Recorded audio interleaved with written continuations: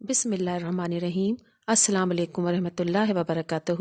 YouTube کے al Bashir Islamic channel سے آپ کی بہن فرزانہ بشیر آپ سے مخاطب ہے۔ آج کا ہمارا موضوع ہے جمعے کے دن کی اہمیت اور اس کی فضیلت۔ لفظ جمعہ جمع سے نکلا ہے کہ اس دن مسلمان عبادت کے لیے بڑی مسجدوں میں جمع ہوتے ہیں۔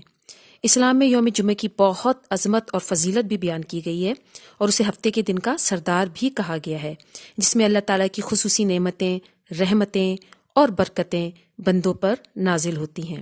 حضرت ابو ہریرہ رضی اللہ تعالیٰ عنہ سے روایت ہے کہ رسول پاک صلی اللہ علیہ وآلہ وسلم نے ارشاد فرمایا، وہ بہترین دن ہے جس پر سورج طلوع ہوا اور وہ دن جمعے کا دن ہے۔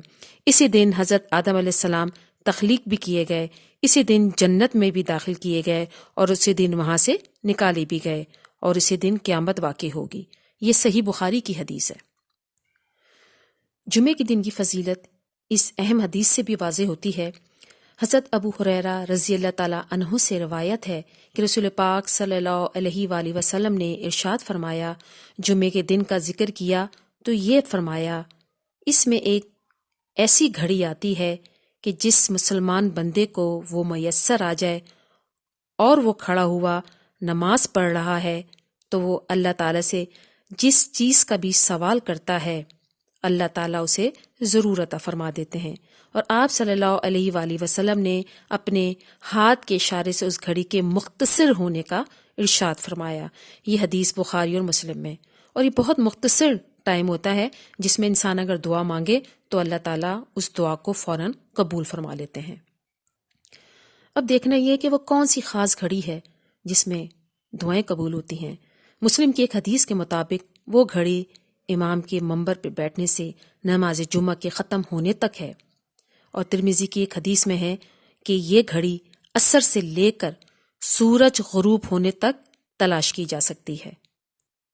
قرآن پاک جمعہ کی فضیلت کے حوالے سے فرماتا ہے، مومنوں، جب جمعے کے دن نماز کے لیے اذان دی جائے تو اللہ کے ذکر کی طرف لپکو۔ یہ سورہ جمعہ کی آیت نمبر 9 ہے۔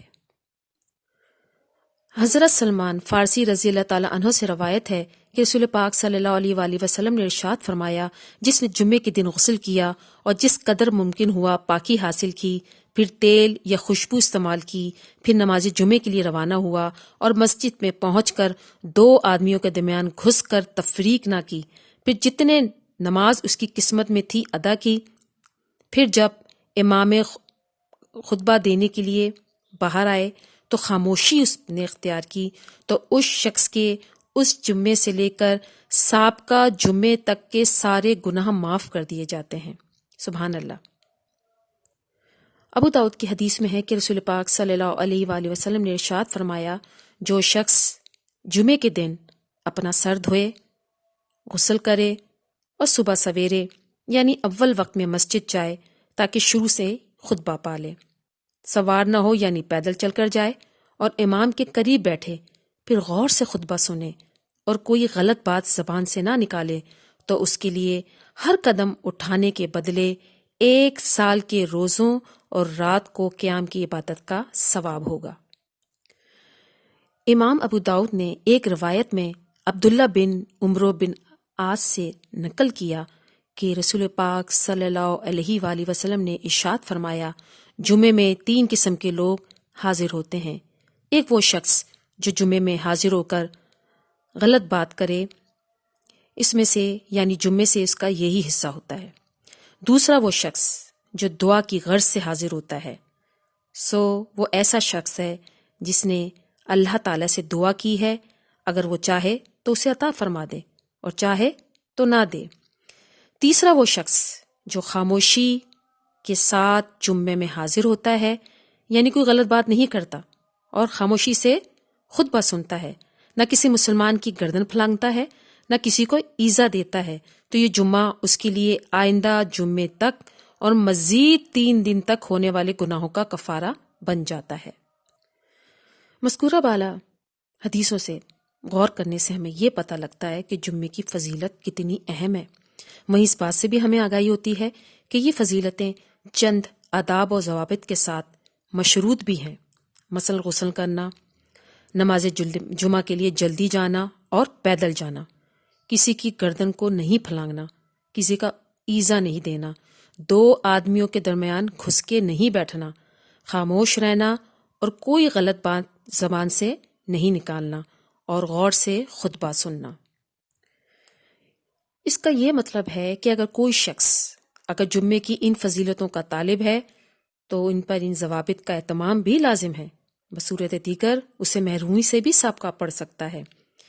ان دونوں مشاہدے میں یہ بات بھی آ رہی ہے کہ کچھ لوگ جب نماز جمعہ میں شرکت کے لیے دیر سے مسجد جاتے ہیں اور لوگوں کی گردنیں پھلانگ کر اگلی صفوں میں جا کر جگہ لینے کی کوشش کرتے ہیں، دو آدمیوں کے درمیان جہاں جگہ نہ بھی ہو تو گھس کر ان کو ایذا رسانی پہنچانے کی کوشش کرتے ہیں۔ اس طرح کچھ افراد خطبے کے دوران بھی گفتگو کرتے ہوئے دیکھے جاتے ہیں۔ ایسے لوگ جمعے کی فضیلتوں سے نہ صرف خود محروم ہوتے ہیں بلکہ دوسروں کی عبادت میں بھی خلل کا باعث بنتے ہیں۔ علماء کا اتفاق اس بات پر ہے کہ جب امام خطبہ دے رہا ہو تو اس وقت چپ رہنا واجب ہے، بلکہ خطبے کے دوران خاموش رہنے کی تاکید اس درجے کی گئی ہے کہ بعض روایت سے یہ بھی پتہ چلتا ہے کہ اس وقت کسی بات کرتے ہوئے شخص کو امر بالمعروف اور نہی عن المنکر کے تحت خاموش رہنے کے لیے کہنا بھی ایک غلط حرکت ہے، یعنی اتنا بولنے کی بھی گنجائش نہیں کہ کسی دوسرے کو خاموش رہنے کی آپ تاکید کر دیں۔ قرآن پاک میں سورہ جمعہ میں ارشاد ہوتا ہے کہ جب نماز جمعہ ادا کر چکو تو زمین میں پھیل جاؤ اور اللہ کا فضل تلاش کرو اور بکثرت اللہ کا ذکر کیا کرو تاکہ تم فلاح پا جاؤ۔ جمعے کے دن زیادہ سے زیادہ درود شریف پڑھیں۔ یہ رسول پاک صلی اللہ علیہ وآلہ وسلم نے ارشاد فرمایا، جو شخص مجھ پر ایک بار درود پڑھے اللہ تعالیٰ اس پہ 10 رحمتیں نازل فرمائے گا۔ یہ صحیح مسلم کی حدیث ہے۔ ابو داؤد کی ایک حدیث میں کہ رسول پاک صلی اللہ علیہ وآلہ وسلم نے ارشاد فرمایا، مجھ پر درود شریف بھیجا کرو، تمہارا درود شریف مجھے پہنچتا ہے تم جہاں پر بھی ہو۔ اللہ اور اس کے فرشتے رسول پاک صلی اللہ علیہ وآلہ وسلم پہ درود شریف بھیجتے ہیں تو ہمیں بھی بھیجنا چاہیے۔ یہ وہ واحد مشترکہ عمل ہے جس میں اللہ تعالیٰ نے اپنے اور فرشتوں کے ساتھ مومنین کو بھی شامل کر لیا ہے۔ سبحان اللہ۔ ہماری دعا ہے کہ اللہ تعالیٰ ہمیں یوم جمعہ کی عبادت خصوصی اہتمام کے ساتھ کرنے کی توفیق عطا فرمائے اور ہمارے گناہوں کو معاف فرمائے اور ہمیں زیادہ سے زیادہ درود شریف پڑھنے کی توفیق عطا فرمائے۔ آمین ثم آمین۔ آخر میں یوٹیوب کے البشیر اسلامک چینل سے میں آپ سے اجازت چاہتی ہوں، اس دعا کے ساتھ، اے ہمارے رب، اگر ہم سے کوئی بھول ہو گئی ہو یا کوئی خطا ہو گئی ہو تو ہمیں نہ پکڑنا، ہم پر وہ بوجھ نہ ڈال جو ان لوگوں پہ ڈالا تھا جو ہم سے پہلے تھے۔ اے ہمارے رب، ہم پر وہ بوجھ نہ ڈال جس کو اٹھانے کی ہم میں طاقت نہ ہو، ہم سے درگزر فرما، ہمیں بخش دے، ہم پر رحم فرما، تو ہی ہمارا مالک ہے، ہمیں کافروں کی قوم پر غلبہ عطا فرما۔